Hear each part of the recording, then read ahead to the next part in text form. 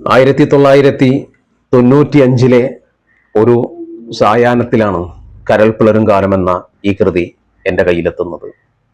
കേവലം ഒരു ഹൈസ്കൂൾ വിദ്യാർത്ഥിയായിട്ട് നിൽക്കുന്ന ആ ഒരു കാലഘട്ടത്തിൽ പുസ്തകങ്ങളെക്കുറിച്ചുള്ള ഒരറിവ് എവിടുന്ന് ലഭ്യമാകും എന്നുള്ളതിനെക്കുറിച്ചോ എവിടുന്ന് വാങ്ങിക്കാം എന്നതിനെക്കുറിച്ചോ ഒന്നും വ്യക്തമായിട്ട് ഒരു ധാരണകളൊന്നും ഉണ്ടായിരുന്നില്ല അക്കാലഘട്ടത്തിലാണ് ഈ ഒരു കൃതി എൻ്റെ കയ്യിലെത്തുന്നത്. വായനയുടെ വസന്തം തീർത്ത ഒരു കാലഘട്ടത്തിന്റെ ഓർമ്മയാണ് ഈ കൃതി നൽകുന്നത്. ഏകദേശം ഈ കൃതി 1995 മാർച്ച് 8 എൻ്റെ കയ്യിലെത്തുന്നത്. ഇന്നും കാര്യമായ കേടുപാടുകളൊന്നും കൂടാതെ ഇത് എൻ്റെ കയ്യിലുണ്ട് എന്നുള്ളതാണ്. അന്ന് ഇതിൻ്റെ വില 150 രൂപയാണ് വില.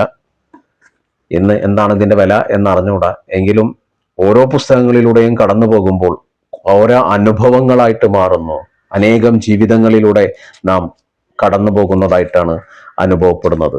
ഈ ഒരു കൃതി മലയാള സാഹിത്യത്തിലെ മാറ്റിവെക്കപ്പെടാൻ പറ്റാത്ത ഒന്നായിട്ട് നിലനിൽക്കാൻ കാരണം ഈ കൃതി ചർച്ച ചെയ്ത വിഷയം തന്നെയാണ്. ഈ കൃതി ചർച്ച ചെയ്ത മാനുഷിക മൂല്യങ്ങളാണ്.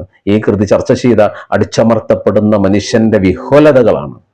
കരൾ പിളരും കാലം തീർച്ചയായിട്ടും നല്ലൊരു വായന, നല്ലൊരു ആശയ സംവേദനം സാധ്യമാകുന്ന ഒന്നാണ്.